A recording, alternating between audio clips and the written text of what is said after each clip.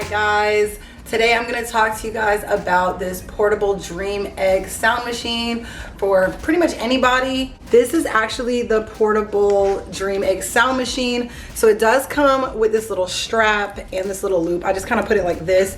You can put the loop through here or just the strap. You choose. This little loop actually comes undone like that, just unclips right there so you can clip it onto things.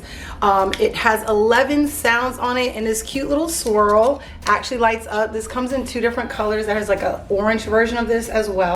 So the light comes on.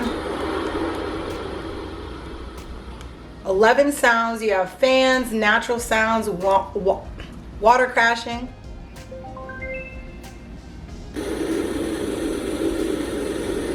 You can go through the volume. You even have a timer of 30, 60, and 90 seconds. So that way it turns off or it'll just run continuously.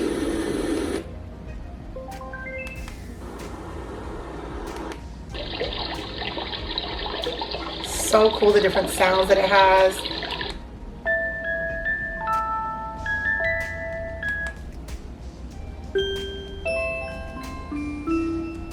$11 different sounds. There's even a lock button right here so the babies can't mess with the buttons and change the settings on here.